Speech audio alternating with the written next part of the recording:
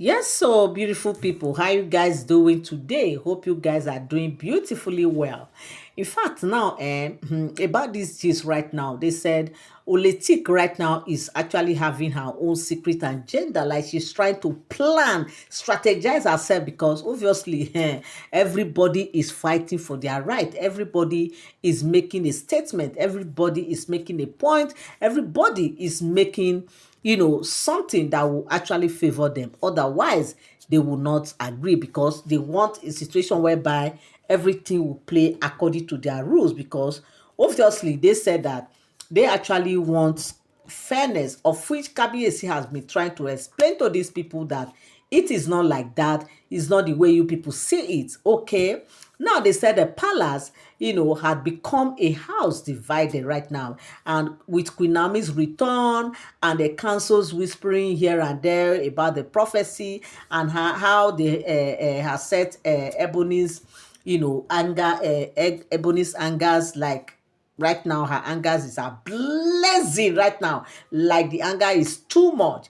But where Ebony's fire rage openly, they say another flame burn quietly. That is one for more far dangerous. Okay, and who is that person? They said OleTik right now. They say she's silent, graceful, but calculating.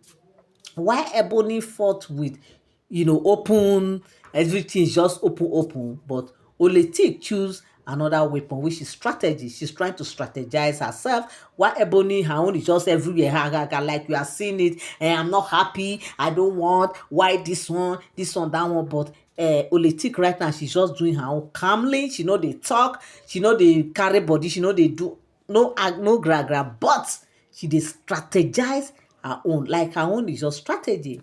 So they said that very evening now, they said OleTik has invited Chief Allad.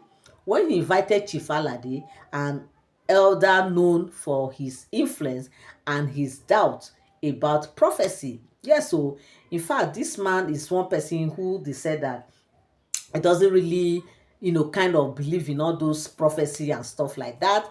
Okay, but he has strong influence in the community. Okay, now Toby, who happens to be soft but sharp, also tell like soft to be sharp, they said she was not asking the chief, that the Chief Allad, that tell me, chief, is it not strange that the council claims destiny has chosen one child, while others born of the same royal blood are ignored? Why?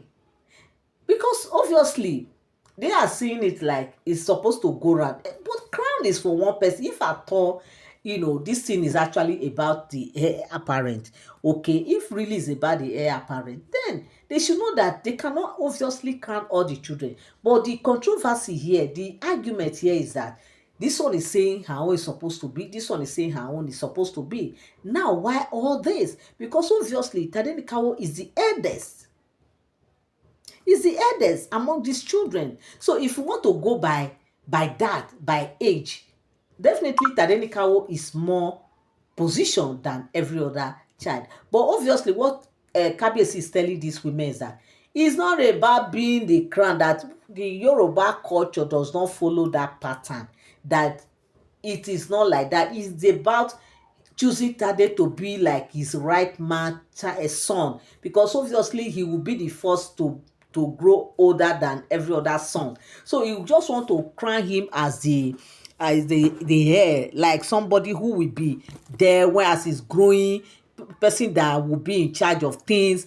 especially his personal affairs when it comes to overseeing his uh, property, his everything. That person, that son that will be with him having the discussion and all. It does not mean that other sons will not be part of this whole thing. But he's just saying that being the first son, and because of the prophecy, Kabiyesi is just trying to do the needful, but obviously they don't understand.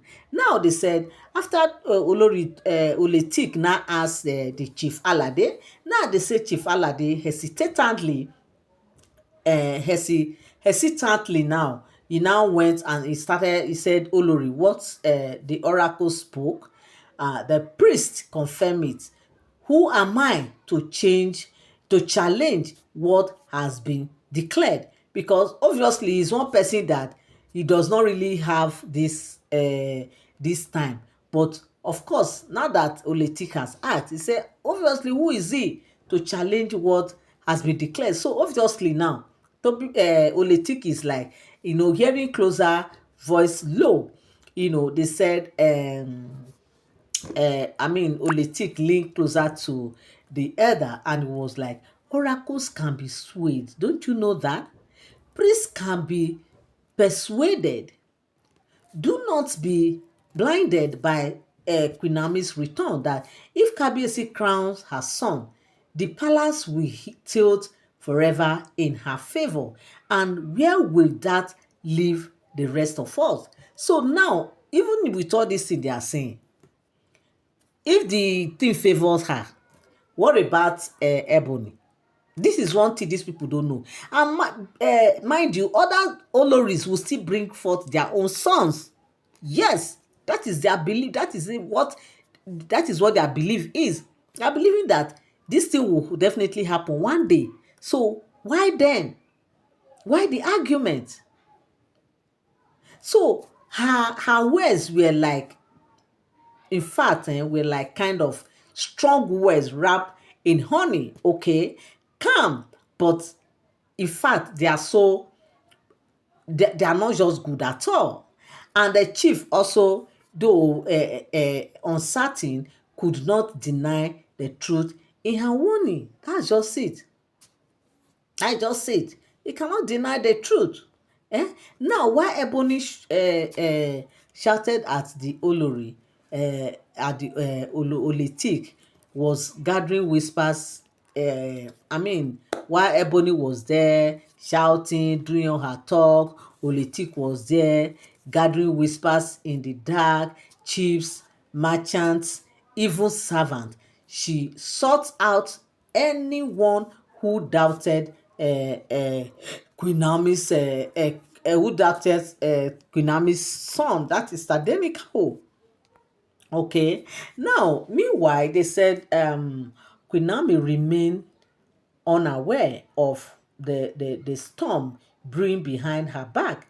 She focused only on Tade, ensuring his innocence was guarded from the palace politics, swirling around him. Now, they said that Naomi softly spoke to Tade like, my son, you were born for greatness. But remember, greatness is not for pride. It's not for pride, it is for service. Yes, that is what the said Queen Naomi was telling Tade Nikawo. Even though Tade is still very young, but he knows that, when you speak to children sometimes, they really hold those words, okay? But while Queen Naomi's taught wisdom, OleTik sowed seed of kind of confusion and all that, according to what we heard allegedly, because one night they said she sat with Ebony in the inner chambers. For the first time, the fairy and the silent came together. Exactly. In fact, first time that these women will be together like this, planning some kind of stuff right now, it's all because of Tadenikawo and all this talk of prophecy. In fact, they said Ebony was just kind of, trying to speak to OleTik impatiently. Like she was just like, when you are talking, you are shaking your body, like, those kind of things. That all this talk of prophecy, Kabiesi is just saying all this thing to us. The council, in fact, they are just laughing at us right now. Why wait? OleTik, why not rise and just do something? Now they said OleTik was like, because fire alone fires alone by quietly. So Ebony, we must be patient, build quietly, win thieves to our side. If we move too soon, we lose. But if we move with precision, the boy will never sit on that throne. There's a way we would do it systematically, not be by gra. Not to do a code deadly on a coded note. My people. Now, Ebony's anger cooled as OleTik, OleTik's plan unfolded. For the first time, they said Ebony saw that her fire alone was not enough. Together, their storm would be unstoppable. Now she has seen that, yes, with OleTik by her side, they can actually do something because OleTik is planning her own silently and codedly, while Ebony is just showing her own, no, we no go gree, no be like that, this one. But she now discovered that not be by gra but by strategy, because OleTik is actually strategizing seriously on how she will stop all that ceremony not to happen. But even in their plotting, they say one loyal servant overheard them. A young maid, terrified, slipped away into the shadows, carrying their secret straight to the ears of a trusted elder. Imagine, oh, imagine, oh, now this person now like trying to, she has heard everything, and of course, hearing this kind of way, she said definitely a good elder who is trusted must actually hear this thing, because it's not what these things are not meant for his ear alone. Now the palace was now a web of secrets. Ebony's rage, OleTik's schemes, Queen Naomi's scam, and a child at the center of it all. So now what was next?